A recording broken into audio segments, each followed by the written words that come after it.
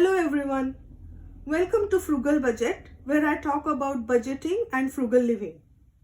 We are a family of 3 from Sydney and we are trying to use our money wisely. Today I am going to prepare my monthly budget for September. I get paid every alternate Wednesday and I prepare a bi-weekly budget for the pay period. But I also prepare a monthly budget at the start of the month so that I can make a note of any bills or other payments due during the month. I also note the due date of the payment so that I can put money aside in my sinking funds before the due date. So let's start with the budget for September. First are the bank transfers. So I have a direct debit setup for the periodical payments for my mortgage account. This payment is for my rental property. It's $300 a week, so that's $1,200 for the month. I do get rental income, but I do not include it in my budget. I keep it separate and use it for the maintenance of my rental property. I only budget my fixed income. My overtime is also kept separately in investment account or in savings account. Next is tuition fee for my daughter. It's $45 a week. So for 4 weeks, it will be $180. I pay this fee by bank transfer. I don't need to withdraw cash for it. And I cannot go over budget for these categories as they are fixed expenses. So the total will be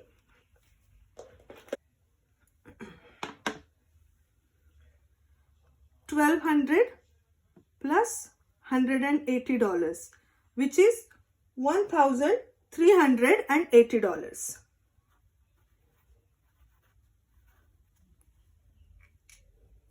Next are my cash envelopes. I have ordered some nice cash envelopes from eBay. Once I receive them, I will start recording cash stuffing videos. Right now, I just keep the cash in my wallet. So for groceries, I have budgeted $50 a week. That's $200 a month. I'm keeping this cash aside for groceries. But I also sometimes shop online and get delivery from Coles and Woolworths. We have started getting delivery as we are trying not to go to shopping center as much as possible. We have a strict lockdown in Sydney at the moment. So if I buy something online, I'll transfer the same amount from my cash envelope to my back-to-bank envelope. So whatever cash is accumulated in the back-to-bank envelope, I either deposit it in my bank account or use it for the next month's cash envelopes. I also have some Woolworths rewards points and flyby points. If I use those points instead of cash, I again transfer the money back to the bank envelope. It may seem to be complicated, but it's really simple. This way, I can still control my spending and stay in budget. For petrol, I have allocated $20 per week. So that's $80 per month. I don't need that much money right now for petrol because I'm working from home. But I'm still allocating this money because I think the fuel price will go up once the lockdown is over. And this money will come handy then. Next is miscellaneous. So I'm giving $10 per week to myself. So that is $40 per month. I can use this money for anything.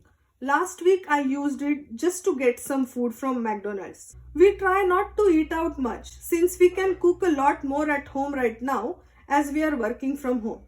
But still, sometimes you need that treat. I'm starting a new category for medical expenses. Medical expenses will be $220 for the month of September. Public healthcare is free in Australia. We do not need to pay for the GP visits or treatments in public hospital. But we do need to buy medications and pay for the specialist visits. I actually need to pay $200 for a specialist visit this month. I have already paid $100 for one appointment. Next appointment is in the second week of September. So I will budget for it in my first pay of September, which is due on 2nd of September. These were medical emergencies. So I will use my emergency fund. I am following Dave Ramsey baby steps. So I have saved $1,000 in my emergency fund. Once I get paid, I will pay $200 back to my emergency fund. I will do a bank transfer for this one, so I do not need to withdraw cash for it.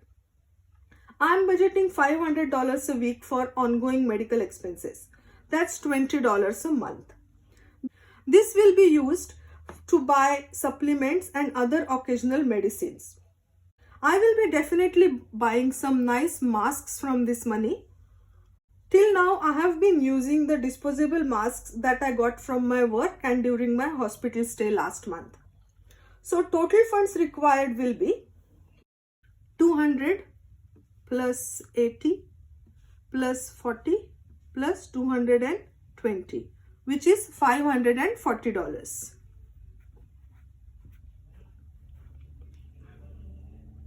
Now my sinking funds. First is my daughter's school. I am allocating $100 a month. I will use these funds for all school related expenses. This includes paying for excursions, donations, canteen treats, school uniforms, fees for her flute lessons in school, etc. Right now we have home learning, so there are no school expenses, but I am keeping this money aside. I can use it once face-to-face learning starts again. The car registration is $300 a month. I just started this sinking fund and my rego is due in December. I also need to get my car serviced. I am keeping some money aside just in case if I need new tires or any other repairs before the green slip and pink slip. I am estimating I will need around $1,000 in December. So I am budgeting $300 a month till December. The sinking fund amount will be smaller next year because I will be starting the sinking fund from January next year. So the total amount will be divided into 12 months. For birthdays, I am allocating $80 per month. Father's Day is coming up. I will buy something for my husband from this cash. This money can be used for gifts for family and friends and birthday celebrations. We just go out for dinner on our birthdays. Sometimes I will invite my daughter's friends for her birthday. I use this money for the birthday party. I budget around $1,000 per year. So that's roughly $80 a month. I actually withdraw cash bi-monthly after my payday.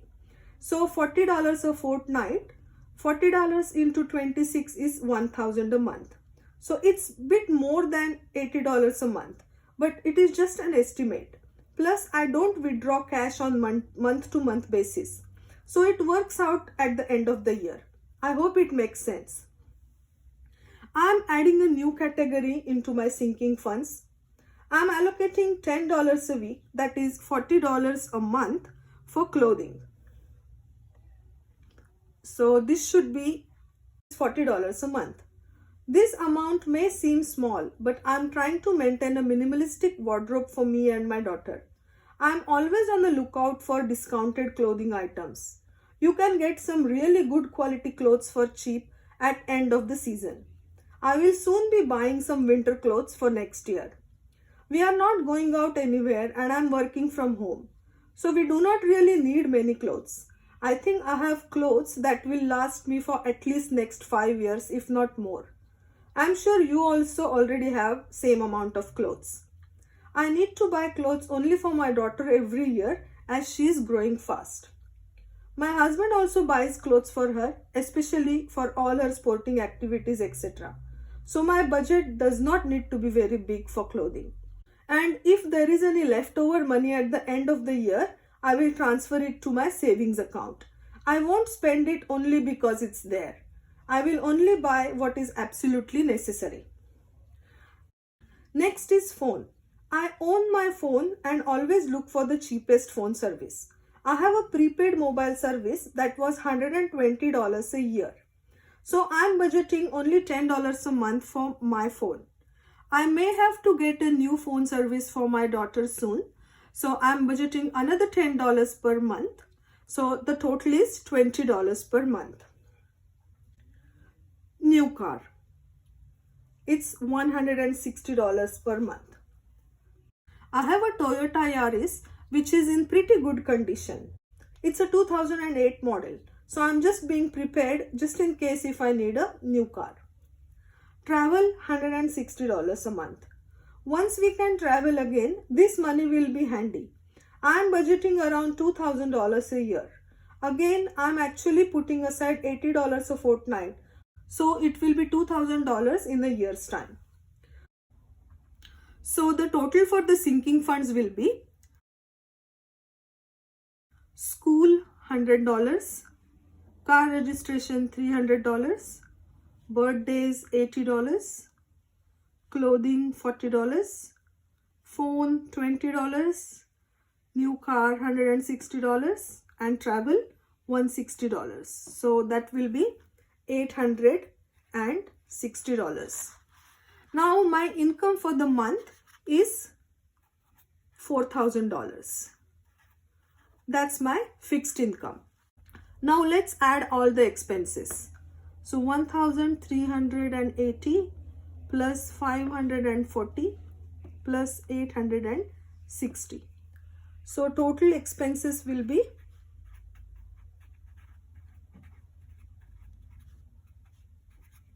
$2,780. Total income is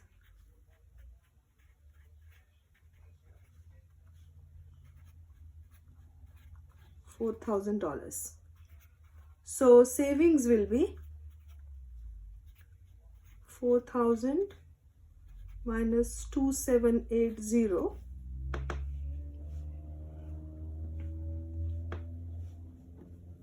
is $1,220. So I'm estimating I will save around $1,220 in the month of September, and I will transfer these funds directly to my investment account or to my savings account. So this is a very simple and quite frugal budget. So if you like my video, please subscribe to my channel and leave a comment. Thank you.